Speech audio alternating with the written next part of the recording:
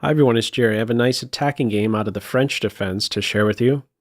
This is a game from the 2011 Aeroflot Open on the white end Gata Kamsky playing against Liren.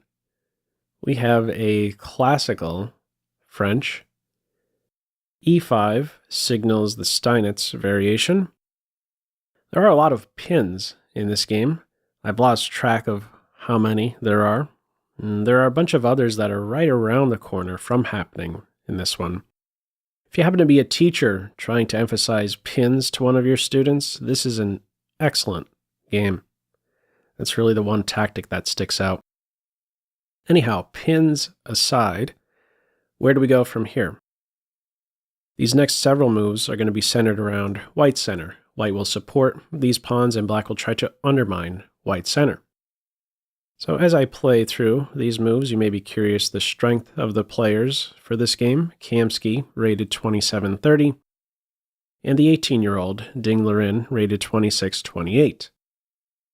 And it would only be less than 2 years before Liren would finally crack 2700 himself. So here we are, 9 moves in, nearly maximum attention on these 2 points. From here it is g3. Now before viewing this game, when I saw g3, I didn't think much about it beyond, oh, white's preparing to fianchetto. But after viewing this game, I see things a bit differently. Now, once f6 is in, e6 is sensitive. So don't sleep on bishop h3 as a move. Also, take note of this knight. It's now unprotected. As play sharpens, we're going to see that these details matter. From here, queen b6, some attack and defense of b2. Tension is released on e5. White is in no position now to take towards the center. The knight hangs. Also, not a great idea here, not the best idea for white to take with the knight, because white would be exchanging his third-ranked knight for black's second-ranked knight, and this guy's happy. Has at least a legal move now. So in the game it is d takes e5. And with that, we have a shift with the structure. Got an extra pawn for black on the queen side. Rook d8, supporting a d4 advance. In comes bishop h3. Pop quiz. How would you respond to white's last move? Feel free to pause the video. Okay, Liren says, go ahead, take that pawn. Plays in the center. This guy on e6 is poison. So, in the game, bishop f2 is played. What's the story? If white takes this pawn and says check, how is it that black is doing so well here? Well, now there would be more than one problem for white to solve. Still have to do something about the bishop on e3. And this guy on e6, the other bishop, is on a vulnerable square. It's tactically vulnerable. So if now white backs off, for instance, there is knight d takes e5. 2 problems. Bishop is hit, and the unprotected knight on f3 is hit. Watch out. There might be a fork. Knight takes knight, bishop takes bishop. This is considered a winning position for black. The bishop also is there just in time to stop a follow-up fork. If I had to guess, if this game played out from here, the piece that's going to walk away from this game with the MVP, this guy here, the unopposed light square bishop. Look at all of these light square holes in white's camp. All right, in this game, the bishop goes back to f2 straight away. If you're wondering why doesn't white maybe first capture on d4, I believe black benefits a bit more with these pawns being exchanged. c5 does open up for multiple pieces, and who knows, maybe bishop b4 can be a move. Bishop f2 in this game. Black continues to press with the d-pawn. Same story here. If the capture, there'd be two problems. Vulnerable bishop, problem on e2. In the game, knight c1. Now, black defends on e6 directly. And from here, b3 is played. Taking on d3, there's a problem. There's a pin.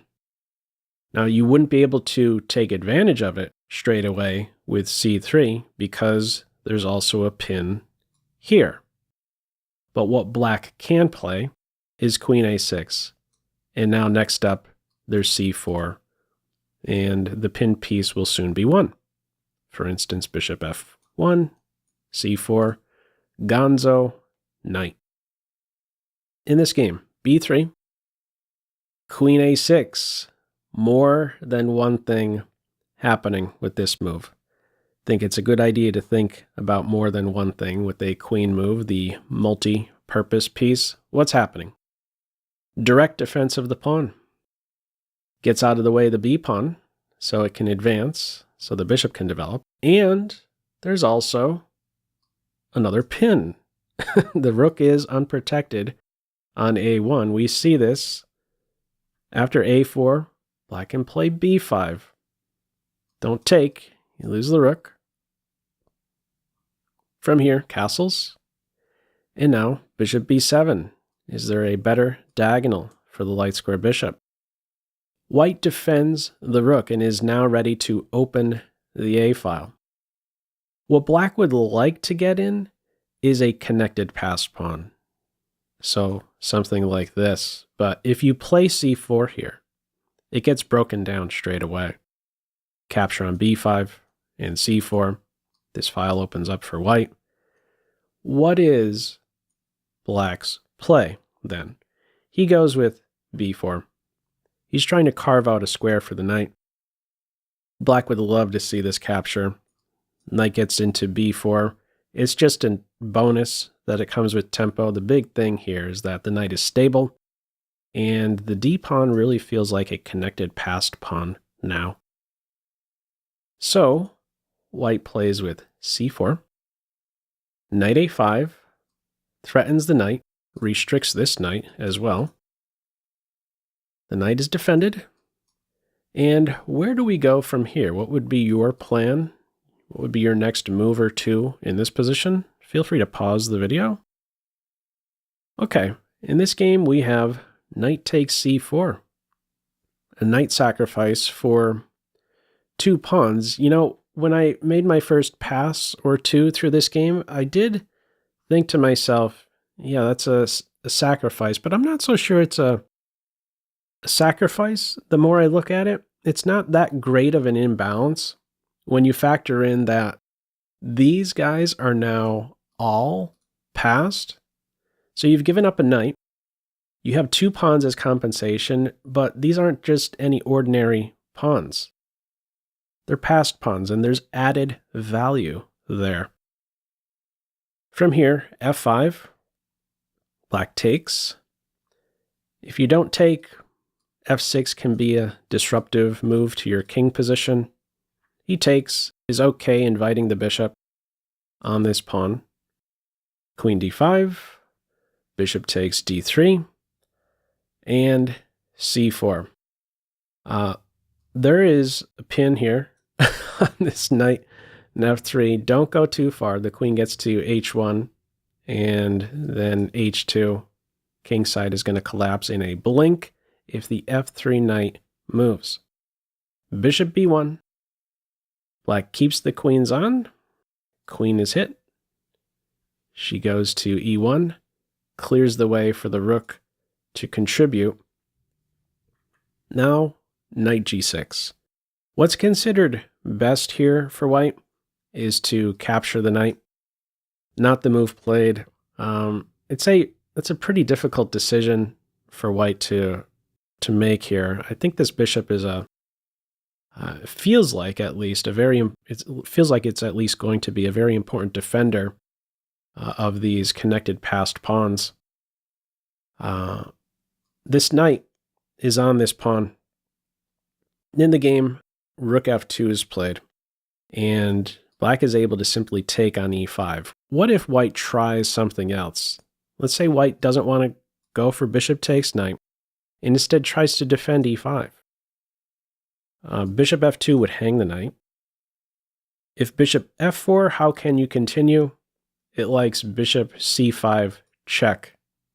The king then goes straight into a pin. The knight would be in an absolute pin.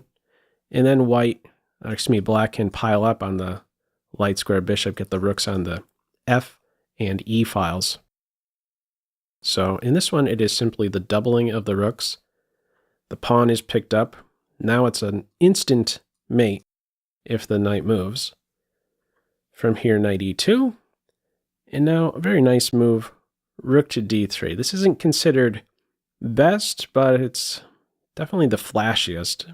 I like the pressure, the immediate pressure it exerts on white's camp. It targets this unprotected bishop, rook d3. What is considered best, bishop f6, and then start rolling with the pawns. Bishop does x-ray the c3 square once you play b3, c3 as a whole. That's the plan here in the computer's eyes. In this game, rook d3, knight on e to d4, queen d5. This guy is still pinned. In comes bishop takes rook. This is now considered winning for Team Black. What's considered best? The suggestion is to go with these slow moves for white. That is h3, and then king to h2. Reason for these moves? Well, this pinned knight would finally be able to move. Once the king is on h2, at least this square is covered. Okay, in this game, bishop takes rook, knight takes bishop. Okay, we get the exchange right back. There is still a pin on the knight. From here, activate the rook. It's the only piece that wasn't contributing. In comes h4, c3, queen d3. Both knights are now pinned. Move f3, it's mate. Move this knight, you lose the queen. Bishop c5 doesn't really get much better than this. Bishops on adjacent diagonals, both bearing down towards the king side. Bishop f4. You can't improve the queen or the bishops. From here, it's all about finding a great square for the rook. Piles up on the pinned knight. Bishop e5. Rook e8, threatening to take. Bishop goes back. Rook check, poison rook, mate on h1 if you take. White goes into a self-pin, and now queen takes knight is available. The knight on d4 is pinned.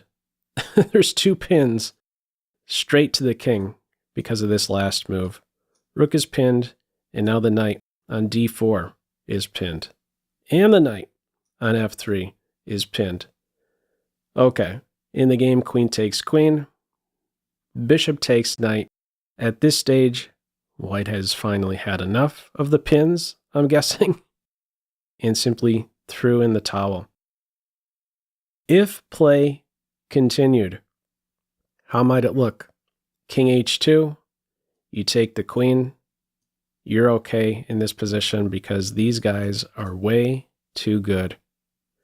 Playing out just a few more moves. If there's a check, rook b8, they simply push right through.